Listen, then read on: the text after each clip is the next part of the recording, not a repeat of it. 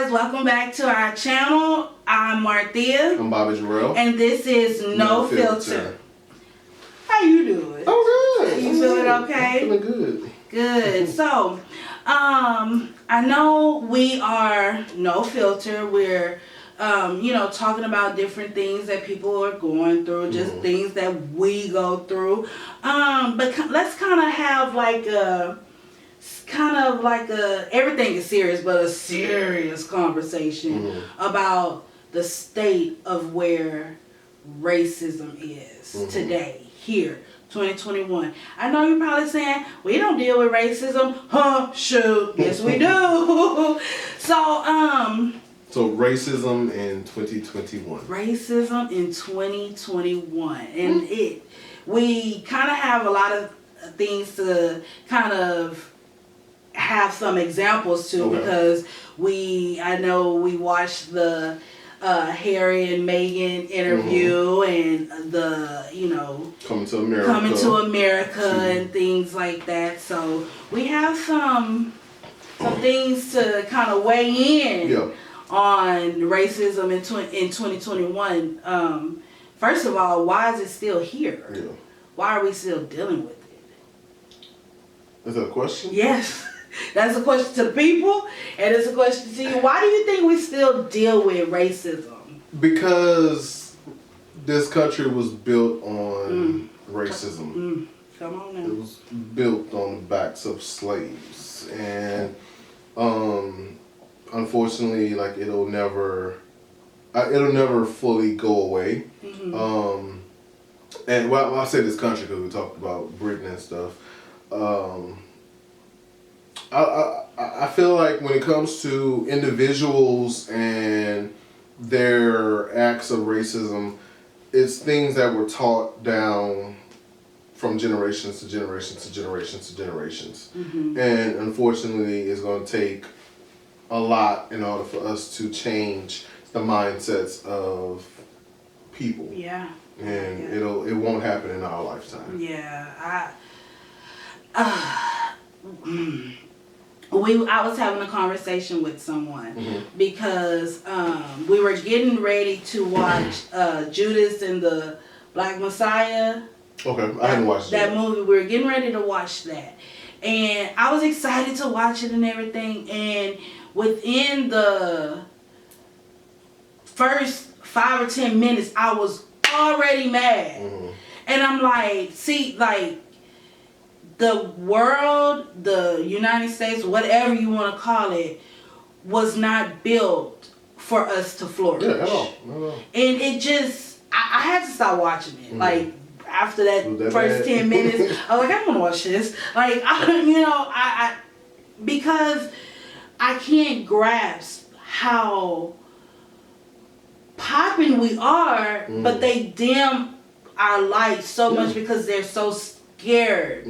They've always been scared of us, and that's why it's just, I feel like it's just still around. They just don't want us to, they don't want to fully see our potential, even though we're doing everything that we can to break barriers to reach our full potential, but they just don't see or want to see our potential, and it sucks. In the movie, they were saying that the Black Panther was the most threatening group in the world, and I'm like, and this was, back in the day with J. Edgar Hoover, and I'm like, dude, the Black Panther is the most threatening group? Come on now. Black Lives Matter. It's just repeating itself. It's repeating itself, and what do you do? Where do you go? How do you move through a racial tensioned society? Sure. Yeah. Where do you go? How do you move through racism? To move through it, I think it's just to continue to be great, to be who we are, continue to thrive in spite of. It's let's get specific to things which one do you want to talk about first? The Meghan Markle or the Meghan? Let's talk about Meghan and Prince Harry. So, in the interview, for anyone out there who hasn't watched it, Meghan made the claim that her son, the first son, I think they're having a daughter now, but the son was not going to be called a prince, and they took that title from him, and that they asked about, there's people in the monarchy, or the firm that they would say. They were going to the firm. That they asked about the color, what would the color of his skin be? How dark would he be? As if it would be an issue for the royal family if he was to be of darker hue. Which was mind blowing to me.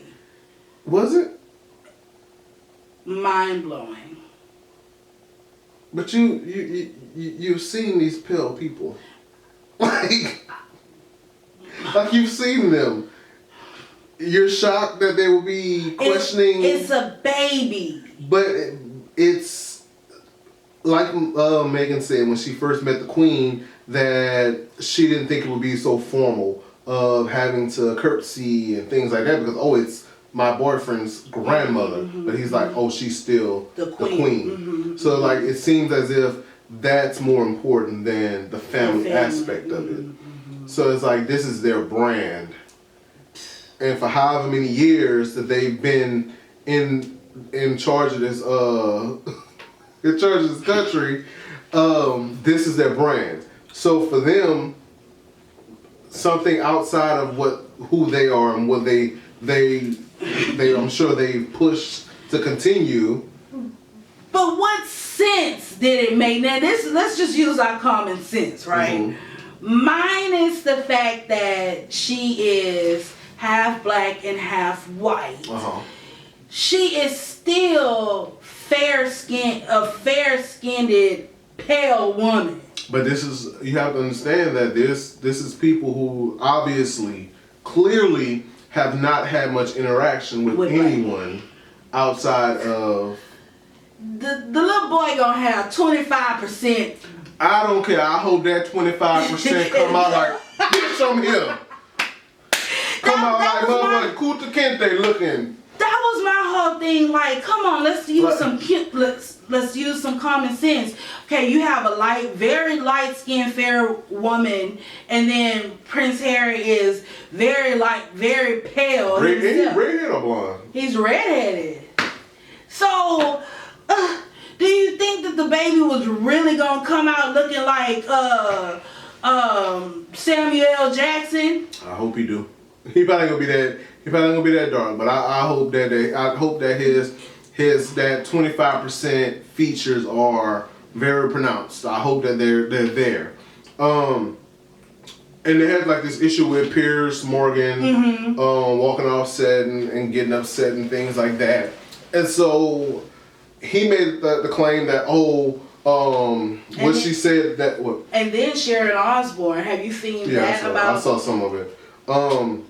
But Piers Morgan made the claim that what Meghan said about him Archie not becoming a prince was just not true. And so then we go into this thing of covert and overt racism. And Piers Morgan's idea was like, he just can't be called a prince because he's not of age. It's like it's going to be a certain point where he can be called a prince, but right now he can't be called a prince. But it's like people, because they don't understand it and they've never been in those type of situations to experience that type of racism, they don't understand. So like they're saying, okay, yeah, let's say right now he is not called a prince because of his age. Down the line it's gonna be like, well, technically she isn't a British citizen, so that's why he can't be called a prince. It's gonna be well, he didn't live in the country for X amount of time, so he can't be called a prince. It's like they're gonna find a reason. And if I can remember correctly from The Crown, they started calling the kids prince and princess from birth. So what was the difference?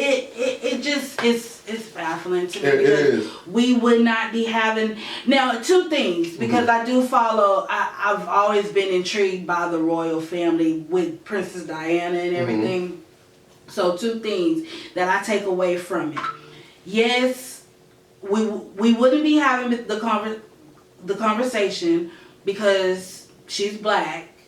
And number 2, she appealed to the people so well that it reminded them of Princess Diana. And so they feared so much because she was one that was gonna stand her ground in regards to, just how you treat me and everything. And I think that they felt like she was too much like Princess Diana. So we have the race and we have history repeating itself when it comes to, how she was, how Meghan is as a person. And I applaud Prince Harry. He took his wife and his kids and he got the hell out of Dodge.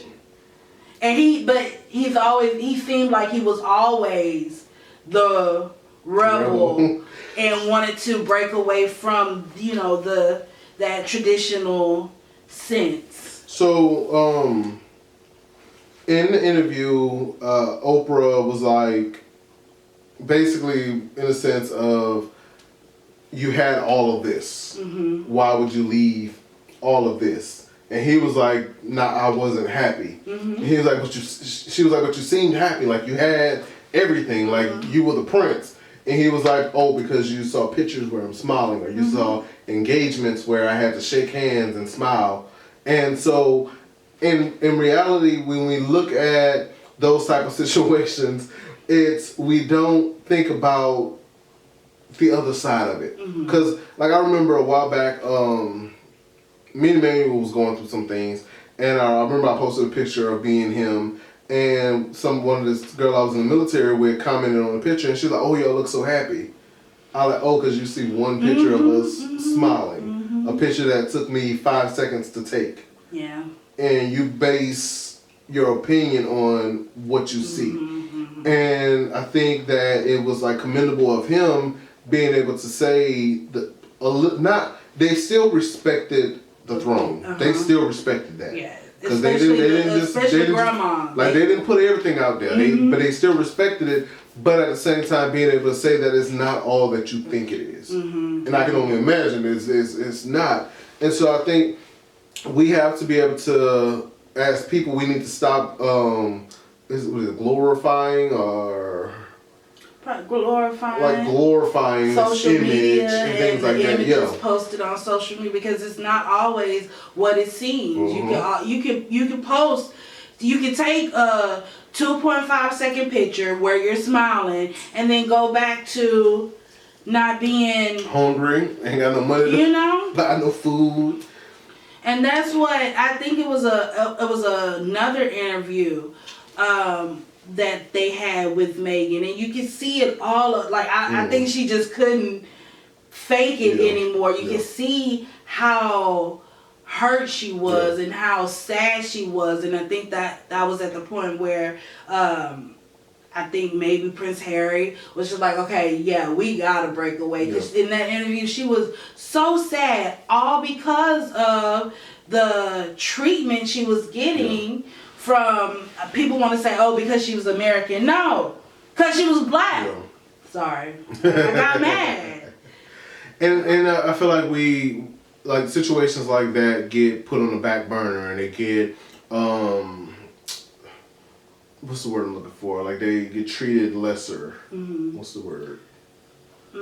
As far as what? Like in the situation where, like her situation, like say with Piers Morgan, he didn't respect what she was saying because it's like, oh, she's just talking about this, or this is just how she is, and this is her past and what she's always done. So it's like it gets demeaned and only because they don't want, especially for Piers Morgan, and they don't want to call it what it is.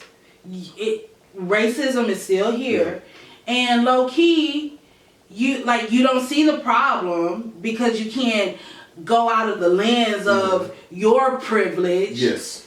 So you discredit anything. That's the word, discredit. You discredit anything a person of color may be saying that they're feeling. And you can't discredit that because you don't know how a person of color is feeling. Yeah. You don't know the racism that a person of color gets on a day-to-day basis. Like, you're not in that those shoes. So you cannot comment and say, oh, it's not racism. You don't know. And I feel like, how do we combat it in 2021, and how do we make bring awareness to it? Mm-hmm. For me, I would say it's being able to speak on it. Mm-hmm. Being able to say, if something happens, someone says something like, hey, let me stop you for a second there. What you just said, sweetie, that's a little bit racist, you know? And I think and some black people may completely disagree with what I'm about to say.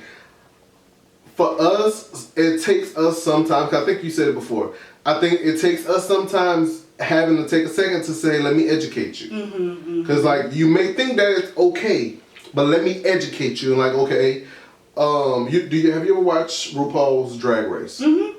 You watch Drag Race? Yeah. Like, I mean, like faithfully or not like, faithfully. Okay. Now, when it first came out, I was watching it. Okay. But you know, I've kind of backed off on a lot of reality shows and things like that. Yeah. So I haven't watched it recently. So on the new season, there's one of the queens. Her name is Utica. Mm-hmm. Very quirky. Hey, Utica. Utica and Simone, who's black queen. Utica's white, form raised queen. They had to be paired together, and they had to make each other over. And they had to put the other person in their style of drag. How did that go? So let me tell you about two of Simone's drags. She had one where she had it was a train. It was the theme of the runway was trains. Okay. So she had a do-rag on. And it was a long train do-rag, like a long do-rag. That was part of her outfit for the runway. It was cute. It was a statement, like black power, bitch. Like I'm here. I think she won that one, but it was cute. It was cute. Like it met the theme, and like she brought something different to it. Okay. Then like last week, her runway was this white outfit. Let me see if I can find it. It was this white outfit. All white. She was walking down and she had like this. It was fasteners, so like this headpiece. It was like a big old thing, almost like a pope type outfit. And this was the Utica doing her. No. This still Simone. I'm giving you Simone's runways to let you know her blackness and how she expresses who she is. I thought Utica did do rag. No. That was Simone. I was going to say, wait a minute now. That's okay, Simone. I can get with you. So Simone did this one outfit where. What is this? Oh, wrong thing.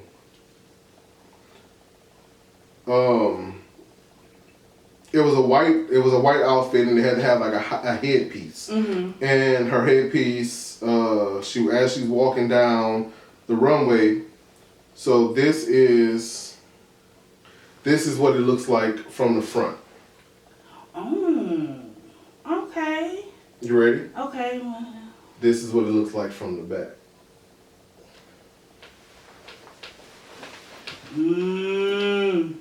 I was like, bitch, you better work. You better.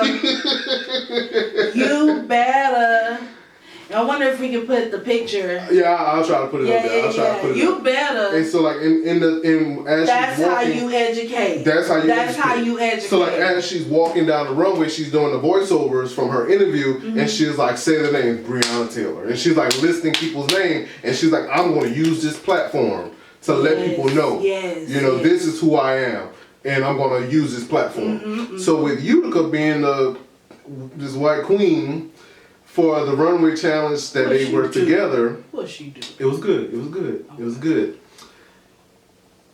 Simone's runway that she put her drag onto Utica was Bap's theme. Okay. You know Bap's? The movie? Yeah. Okay. With the hair and everything. And so Utica, at first she's like, well, I don't feel comfortable because, I don't want to appropriate the culture and stuff like that. And RuPaul was like, if it's coming from a place of love and purity, she's She's like, it doesn't matter. Don't worry about offending somebody because you're not doing it to offend. You're doing it to bring awareness and stuff like that. And so she did it. She did a great job. They actually won the challenge. And one of the things that Utica, you're right. One of the things that Utica said after the challenge was that when I stepped into your shoes, I gained a sense of power that I did not know I had. And I'm like, that's what blackness is, motherfucker. And that's what it is. I think we as people, like outside people, they need to instead of trying to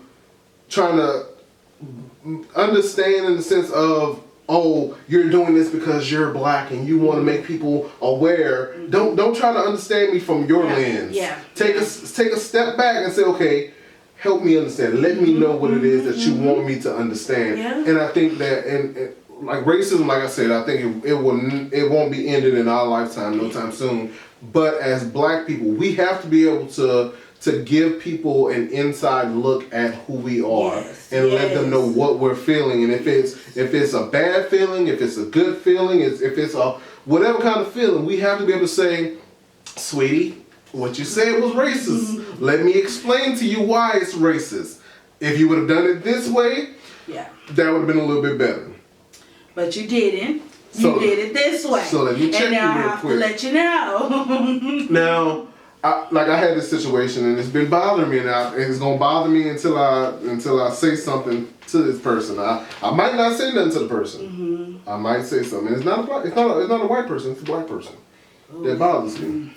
Now that's a whole different. But it's part of the issue. Yeah. If we're not here for each other, how do we expect them to be here for us? You know what I mean?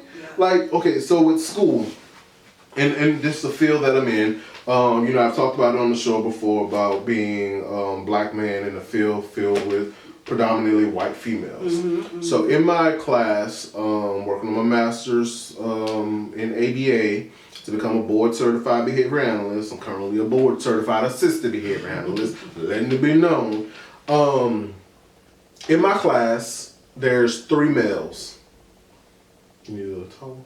That'd be drip. It's just a little drip drip.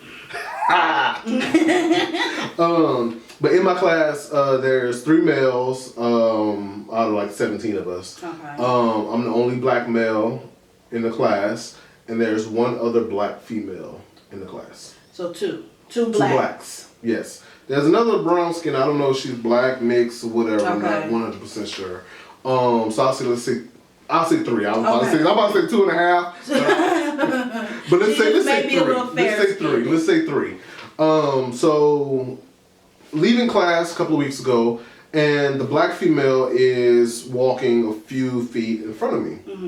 And as we're exiting the building, she's like a few feet in front of me, and she goes out the door, and she holds the door a little bit, but it's like on the tip of her finger. And as I'm walking, she lets the door slide. And so when I got to the door, like right when I got to the door closes. Okay. She just kept walking. And so I'm thinking to myself, like, one, I would never do that. Right. Like, if the door slipped out of my hand, I'm going back and I'm going to open the door, like, oh, my bad. Yeah, I'm sorry. My bad. Something. I'm sorry. But she just kept walking, didn't say anything. And I'm like, we're the only ones in this class. You know what I'm saying? I feel it's like we don't got to have this emotional relationship. But do you think it's an emotional relationship, or do you think it's because it can go back to people's personality?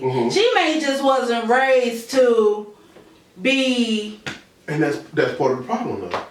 That's part of the problem. Because even if you wasn't raised that way, with everything that's going on in society right now, we got to stick together. Be kind. We got to stick together. I feel you. And it's like, you can't say like, oh, I support the black community and this, that, and the other, but yet you let the door slam in your brother's face. Yeah, I feel you. And it's like, I may be taking this shit out of proportion. And that's 100% fine, because guess what? I'm going to continue to take it out of proportion. Because for me, it's like, let's say it was in a working environment. Or let's say the person behind you was probably, the person behind her was white. I honestly felt like the door would have been held open. Yes. I do. Yes. I honestly do. And I feel like it's situations like that where if we're not sticking together to hold the door open for your brother. And it's like, I'm looking at it like, and it's almost like a metaphorically looking at it. It's like, we gotta hold the door for each other. Yeah. But we've been conditioned, and I'm not saying we, because my mom was in the integration segregation area. They were integrated at first, and then when she was a junior in high school, that's when, they were segregated at first. And then when she became a junior, that's when they integrated for blacks and whites. So I've heard the stories. I've heard the stories from my grandparents and everything, but I was still taught that you have to work, you have to work extra hard when it comes to a white person. So I know how to be a part in the society. And so I think a lot of black people feel like white people still have the say in their future or in what they do. And so they're always going above and beyond for them. And we have to get out of that mindset because we will literally tear our brother down for the white person. And I hate to say white person or whatever, but just like shit, I'm calling it what it is. The white person. And can you hold that thought for a second? Yeah. Write it down. I think we got a pen right there. Write it down. You sure? I remember it. She ain't gonna remember, y'all. We'll be right back in a second.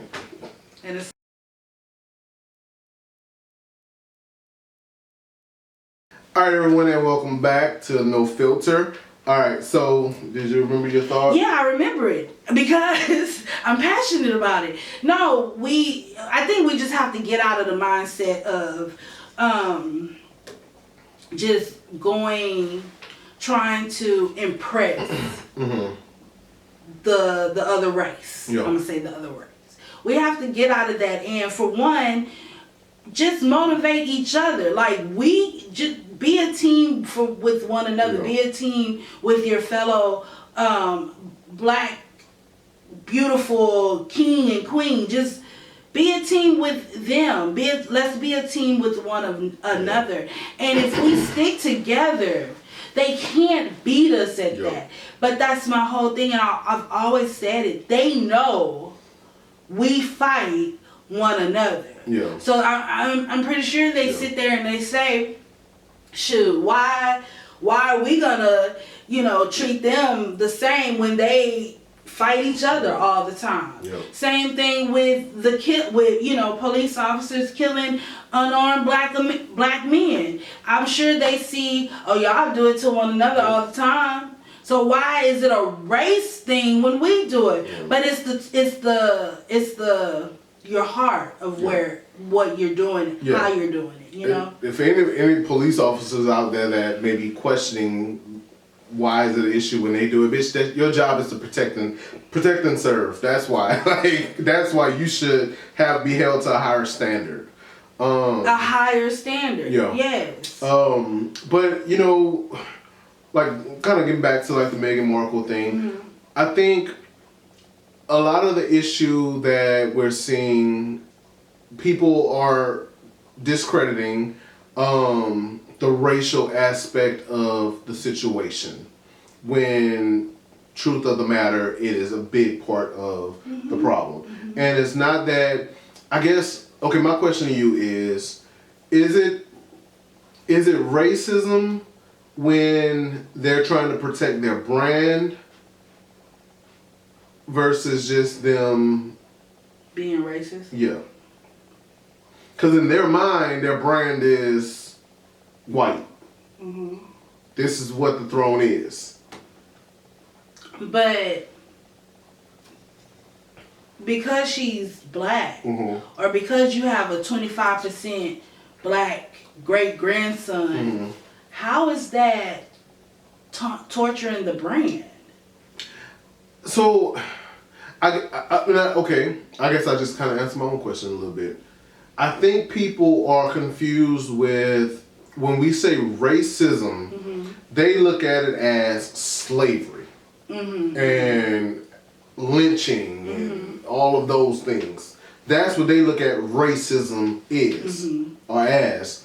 So when we say, oh, they're discriminating against her and it's a form of racism, they don't see it as a form of racism because, oh, she's not being stuck in the fields and she's not being beaten. But I guess in a sense, I would say it's a form of racism. Okay. That they don't understand that by you trying to oppress us and not allow us to have what's rightfully ours, it's a form of racism. And well, I get that, and then on top of that, maybe I think at this point, I just want the conversation of racism to just get over it. Black people are here to stay. We're doing great things. White men are marrying black women. Yeah. Black women are marrying white men. If you feel like you're racist. Like you probably have a young son or whatever that likes the black. Like you're gonna deal with black people. Yeah. So I don't want to say get over it, but I want to say let's be open-minded. Yeah.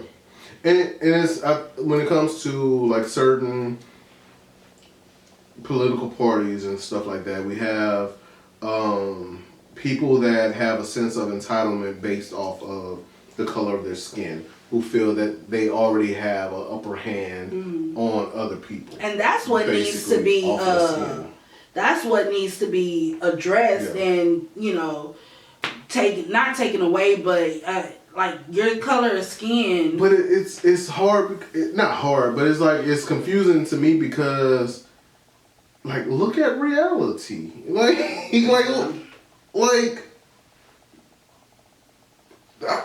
How do you, like some people, like you look at them and you'll think, like they think that they're better than the next person, being African American or just a brown skinned person. And I'm like look at you and then look at them. Look at what they've accomplished. Look at like everything that this person has compared to you. But to them, that none of that matters. It's just, oh, I'm better because of the color of my skin. As far as white and black? Yeah. Okay. Yeah. Okay. Hell, we have that in blacks. I'm better than you because I'm light skinned and you're dark skinned, but that's all. I don't, well, do you feel like you still see like that colorism thing being an issue now? Like, I don't know. I do, yes. I guess because I don't know. Like in my experiences, I haven't necessarily seen it too much. At least as I've gotten older. When I was younger, I had a black girl tell me, she was like, "Oh, you would be one of my cousins. He's in prison now. He has like light brown eyes." And my cousin was like, "Oh, you would be really cute if you had light brown eyes, like my cousin." And I was like, so for so long, I'm thinking like, oh, I want to be cute. Like, I want to have why my eyes not that color? We put a scale on beauty. Yeah.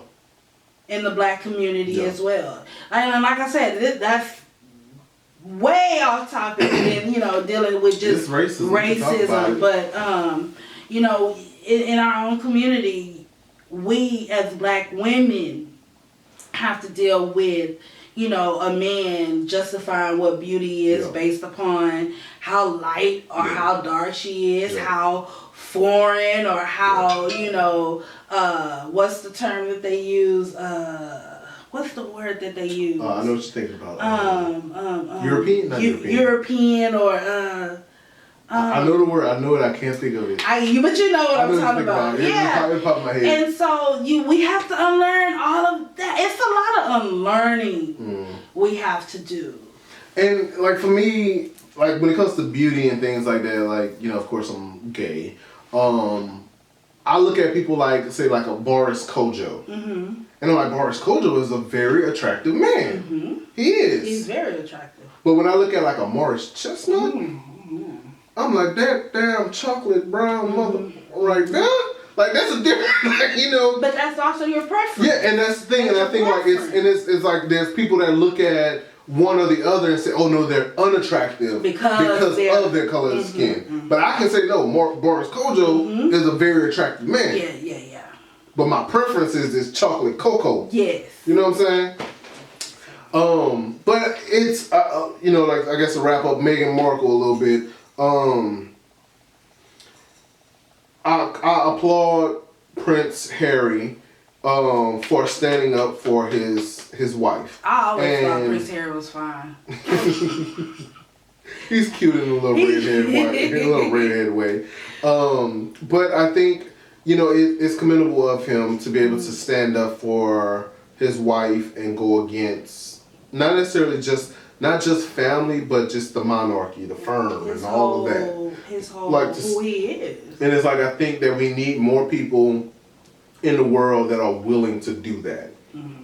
Change won't come about, like, we can't change it on our own. Right. We need people willing to step up and say, right is right, wrong is wrong, and this is wrong. And putting it out there. And until that happens, like, it'll be a struggle. Yeah. It'll be a struggle. And it's like, for us, like I said earlier, we have to be able to speak up and say, hey, what you said, it was wrong. I don't appreciate it. It wasn't right. And I think, like, I in the past, I found myself kind of not responding and not agreeing. Like, always, like I didn't like what you said, but it didn't necessarily affect me 100%. Yeah. So I'm okay. You know, I'm good. Like, I'll be all right. And I think that we have to be able to say, no matter how big, how small, we got to be able to step up and say, because sometimes people say and do things and they don't realize, they know what's wrong, but it's like, oh, it's funny, I'm just joking. Like, no, bitch, that ain't funny.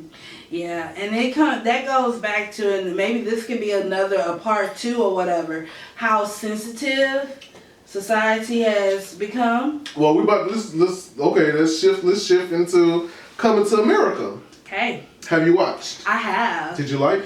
I liked. Okay. I did. I liked. Only because it made me laugh. So the thing, I'll say, like, Eddie Murphy kind of, like, he was like that glue for the movie for me. He was that glue for the movie.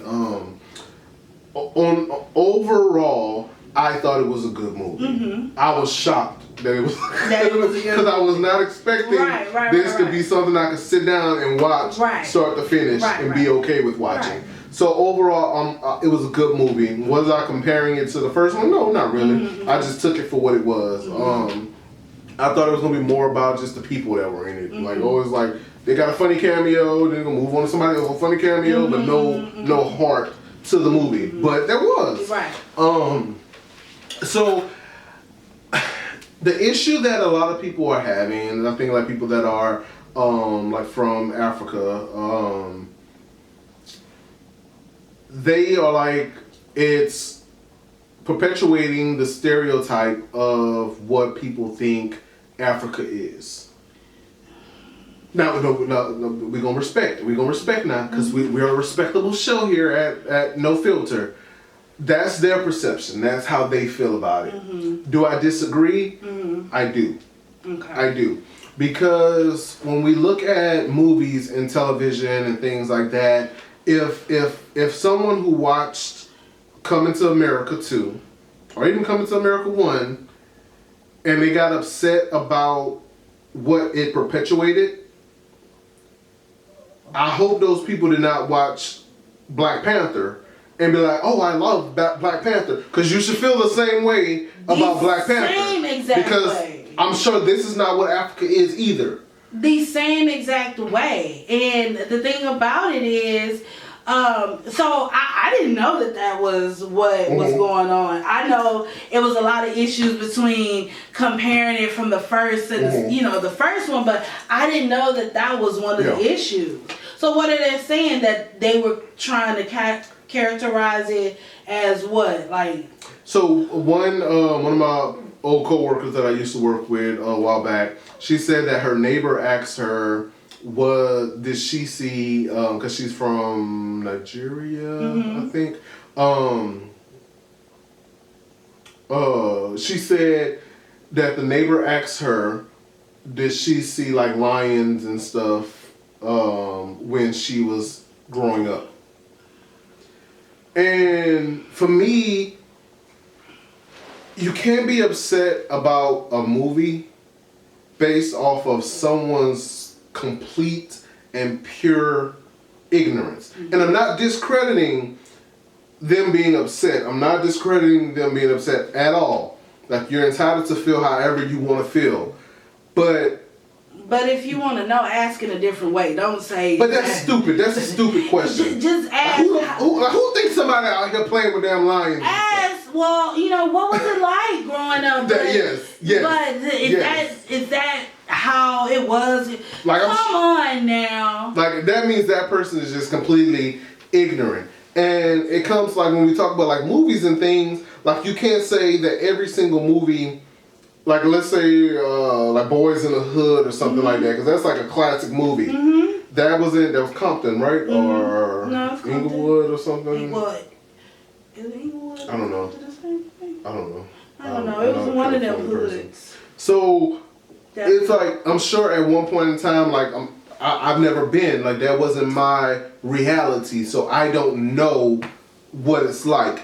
So, I'm not going to take a movie and say, oh, they're saying that there's a city in the United States that's like this. It's a movie based off of one place, one certain situations. So for me, I can't get upset if someone be like, oh, I'm not going to America because I saw this movie and that's what America is. Yeah. Even if it is fiction.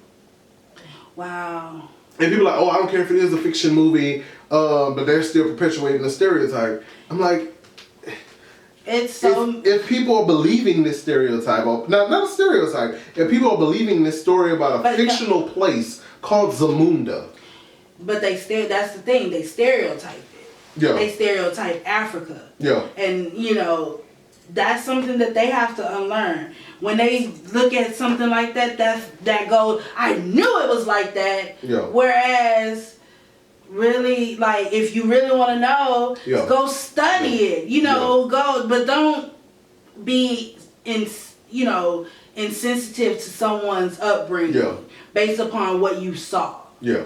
That goes with other movies, Hallmark movies and everything. You gonna ask some. I ain't gonna lie. With some of the Hallmark movies, I guess this is racism because I'm like, this on white people shit. I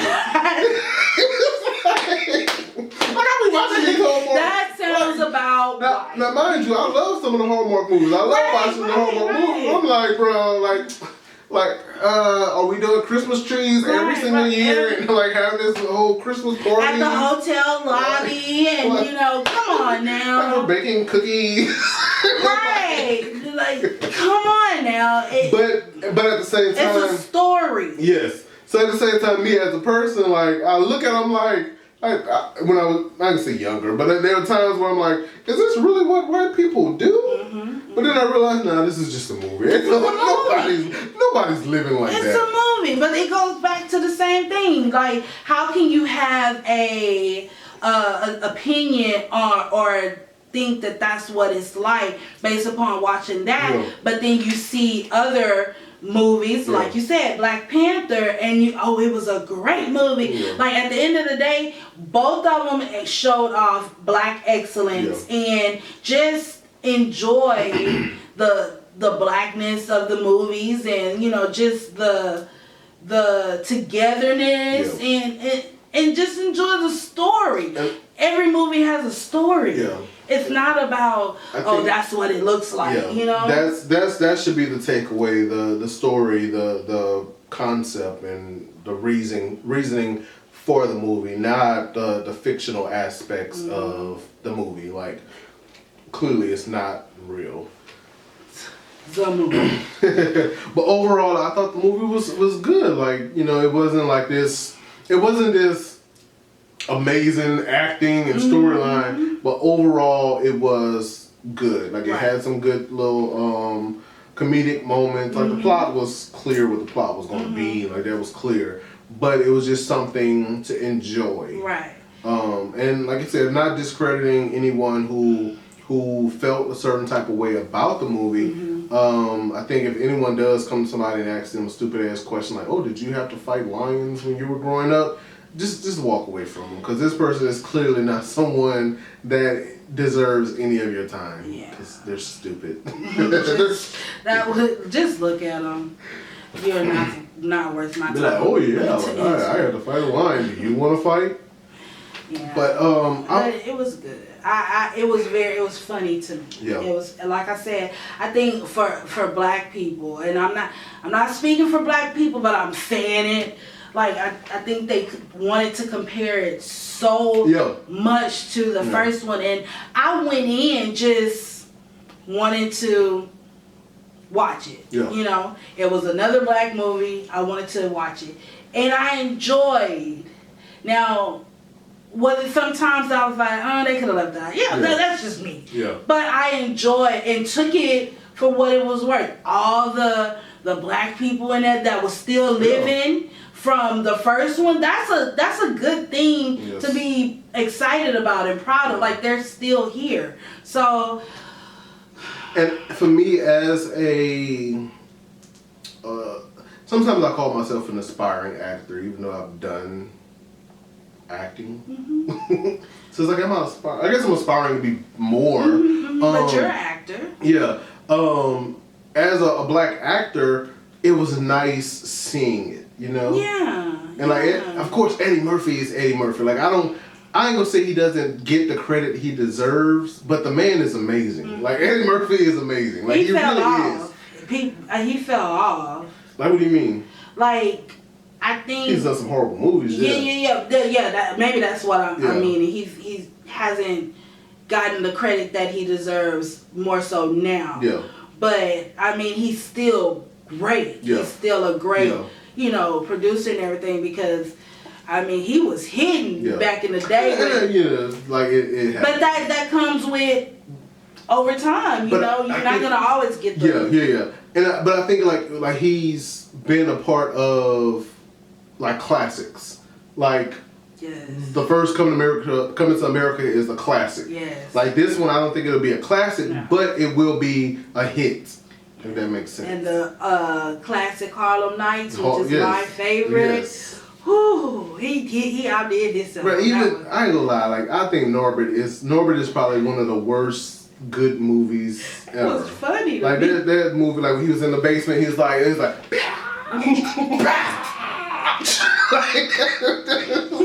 that's like one of my favorite parts of that movie. But it's like you gotta think about like the talent that this man has. So playing like in Norbit and Nutty Professors and Coming to America and Coming to America 2, like playing different characters and being. And he was kind of like the first to kind of start that. Yep. So give that man his freaking flowers. So like overall, like Coming to America, I thought it was good. The race, like we talking about the racism in 2021. I keep saying I don't discredit anyone's feelings about how they feel about the stereotypes and everything, but I want people to just kind of take a step back and say, okay, what does this actually mean for Black culture? Not necessarily, we're not thinking like I'm not watching and saying, oh, this is what Africa is like. I would love to one day go to Africa and actually get that experience for myself. But like just for the culture itself, the Black cinema, like right now, this is one of the most streamed movies ever. And so it's like that means a lot for me as a aspiring actor, writer, director, producer, to aspire to do that. That's what my friend, because we watched it together and everything, and like afterwards, like I was like, "What you watching? Come to America 2?" And a couple hours later, "What you watching?" And I'm like, "Why are you watching it so much?" And she was just like, "Cause I want to get these Black people, the streams and everything." So it's a proud feeling. Yeah. And I think like that's part of ending the racism is getting the exposure in the sense of putting black people out there. Like I know Eddie Murphy, Arsenio Hall said that when Eddie first had the idea, he wanted Tracy Morgan to be the son, and they was like, no, that ain't gonna work because y'all damn near the same age. But he found a way to put him in there. And you know what? I've always like read about him doing that, putting black actors and everything. Hi Eddie. My name is Bobby Jarrell. This is Marthea. Hi, Marthea. We're actors. If you would like to put us in a movie or something, I don't mind being an extra. Anything, just let me know. Just give me a call. Have your people call my people. And I guess like shifting a little bit. Me as a writer, actor, director, producer, like I said in my show, The Soldier's Wife, I wasn't supposed to be in the show. Initially I was, then I took myself out and I was like, oh, someone else is interested in being this part, so I'm going to give you the opportunity, my black brother. And that fell apart, that fell out, so I ended up having to play the doctor part. I was supposed to play the doctor first. Okay. So then the guy that was supposed to play you remember the guy that played the soldier? He only had the one scene. He came in when Jeremy was having this issue, and he came in. He was like, he was in uniform. So he was supposed to play the brother. Okay. So I was like, you're not giving me exactly what I want. Okay. It's like, I'm trying to work with you, but you're not giving me what I want. So it's like 3 weeks before. Maybe it was like 2 weeks. 2 weeks before, I was like, this is my baby. Yeah, but that's the producer in you. What I said was like, I was like, okay. He was one of the first people that auditioned, because I did auditions like 2 years before I did the show. Okay. And so something about him, I was like, I want to give you this opportunity. And so I was like, when I was like, okay, he's not giving me what I want, so I don't know, what am I going to do? So I was like, let me write another part. So I end up writing the soldier part for him. Okay. So that was not a part of the original script. See? So I was like, let me write this part in. So I was like, let's see how it goes. So I was like, I sent it to him. I was like, hey, unfortunately, I can't let you do this part. I want you to do this part instead. I was like, if you're still interested, let me know. So he was like, yeah, I can do that part. I'm cool with doing that one part. So we went to rehearsal, and while we were rehearsing, I was like, okay, let's see how this scene go. I just threw this scene in there. Let's see how it's gonna go. At the end of the scene, like Tawana, who played me, my friend Tawana, who played the best friend, she looked at me. She was like, "Bitch." I was like, it worked. Yes, it worked so well. Yes. But for me as a person, like, I want to create those opportunities for other people. You know, and it hurt to take something away from him. Yeah. But I was like, if I can still give you something to give you that little bit of motivation to keep trying, like, let me do that for you. You know what I mean? And that's what it's about. That's what that's where that black excellence comes from. You know, if I can get in a position to do, fulfill dreams and everything, give that opportunity to the next person. Don't think you are almighty, high almighty, and I'm here and you're there, and that's just how it's gonna be. Let's get out of that mindset. You know. And like we have to get to a better place where we're doing it for each other and wanting to support and motivate each other. One of the things that I want to do, like with like my personal YouTube, like I don't have many followers. I'm trying to build up just the following in general. And whenever I get to a certain place, one of the things that I want to do is because I always have this idea for like creating and just being out there. I'm going to create my own competition show. Oh. So, sometimes I don't speak about a lot of things, just because they say, you don't count your eggs until they hatch and stuff like that. But, maybe this is a new season of manifesting. So this is what it's going to be. I'm going to do it's going to be based on skits. Okay. So, you know, I have my little following on TikTok, and I'm thankful for everybody that supports me on there.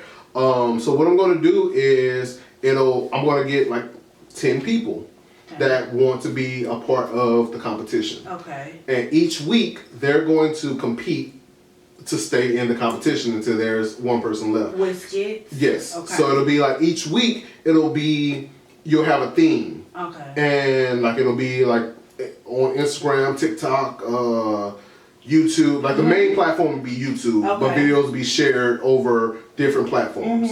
So, but like through, like say, like it's the Bobby Jarrell competition show or something like that. So like let's say the 10 people, they apply to be on the show, and each week they're going to have to compete. They're going to have like 3 days or 2 days to do a skit.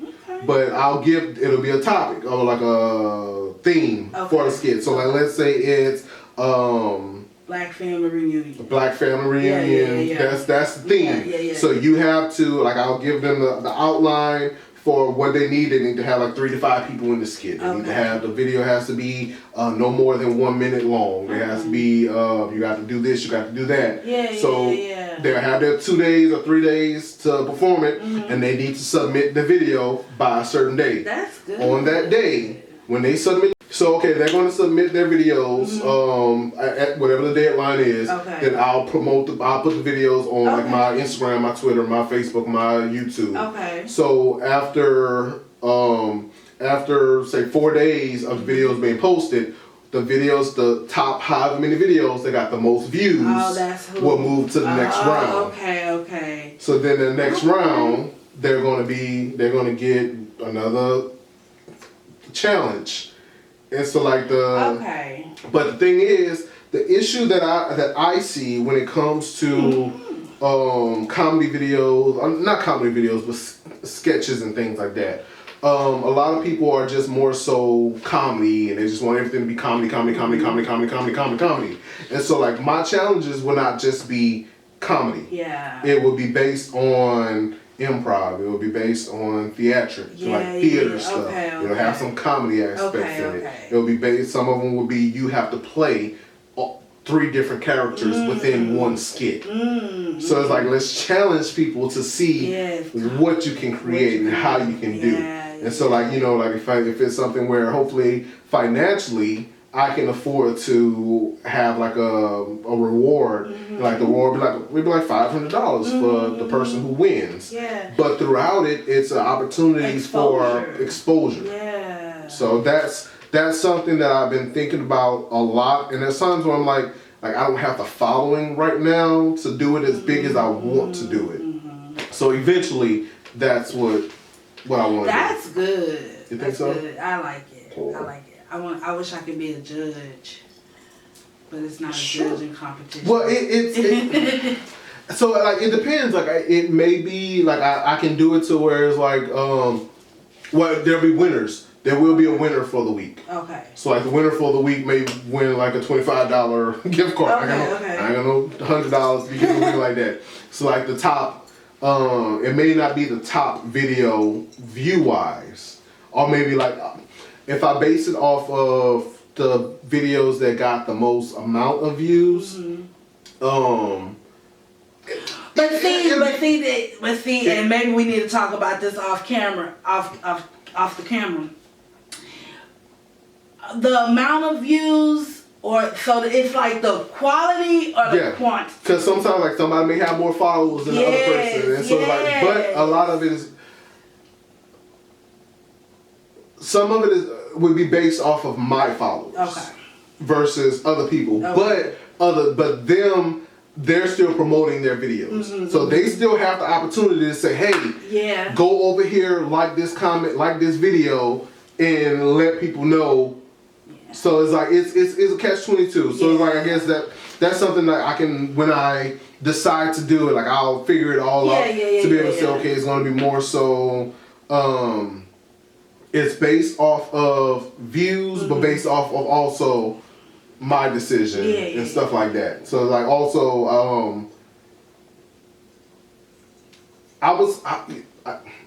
my mind's always working. So one of the things I'll say, like, it'll be each week, it'll be a checklist of what you have to see and what I have to see in this video. If you meet, like, if it's 5 things in the video, you meet all 5 of those things, and you're the number 1 person with the most views, you automatically move on. Yeah, you gotta filter. Yeah. So it'll I'll figure it all out in the meantime. Good. I like but that. For me, it's that opportunity to give other people a platform. You know. Yeah. So eventually it'll come. It'll come. Yeah. It'll come. I like that idea though. That's good. I'm ready to see it. I'm ready to see the skits. I'm ready to see the talented people. Yeah. Because people are so talented and, you know, because of, like you said, not having a following and things like that, that talent gets dimmed by other people who are doing like the bare minimum and their following is huge and you're like, I'm way more... Yeah, it's hard. It's hard. It's hard. Whatever. All right, so we can wrap this up and we'll finish off camera. So like racism in 2021, it's still alive and popping, I think it's more covert than overt. And sometimes we don't look at things as being racist. Like I remember I told you about the company that I worked at a couple of years ago, and how like I had issues with my supervisors and stuff, like not saying you're welcome and things. Before that, I kind of push things aside, like, oh, it's not racist. Like, oh, they respect me. Oh, I'm cool and all that. But then I have to stop back and say, okay, yeah, this shit is racist.